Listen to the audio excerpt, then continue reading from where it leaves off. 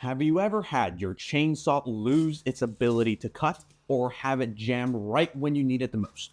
Today, I'm fixing this Ryobi chainsaw and replacing the chain fast and easy. So here's what happened.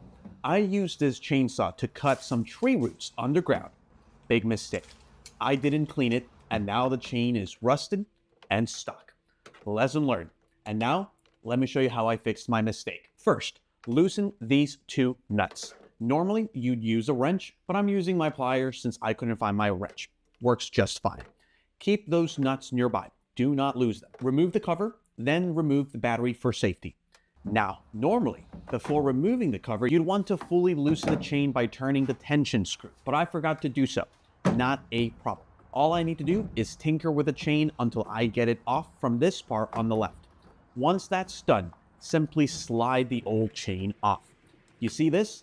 It's a 14-inch chain. So now I need to grab a 14-inch replacement at Home Depot for about 18 bucks. And while I'm there, I'm also going to grab some chain oil for about $10. Now that I'm back from the store, let's go ahead and install the new chain. If, like me, you forgot to loosen the tension screw earlier, now is the time to fully loosen it by taking a flathead screwdriver and rotating this screw counterclockwise. Let me show you how the back of the cover should look like. This screw should be close to the side like you see here. Now to put on the new chain. To do so, start at the tip, then work it around the bar. Make sure everything lines up. The part I didn't show was how I first had to untangle the chain prior to doing this. Keep that in mind before doing this step. Next, slide the bar back by feeding the two screws through the opening and push the bar away from the motor to apply tension on the chain.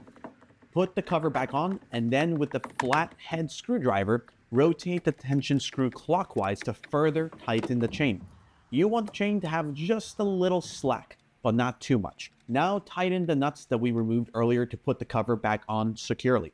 As I do this, if you're interested in my quick review of the Ryobi chainsaw, go ahead and check out the above video on my YouTube channel. Before using the chainsaw, be sure to add lubrication to it. As you're filling it up, you'll notice some indications on the container for how much you're allowed to fill it up with. Once done, tighten the cap back on, insert the battery back in, and we're ready to go ahead and test this out. Be sure to engage the safety switch here by pressing down on it. Then press down on the trigger to engage it. Perfect. If this video helped out, hit that like button, follow me, and subscribe to my channel for more home ownership tips, as well as more home DIY do-it-yourself repairs, maintenance, and renovation projects.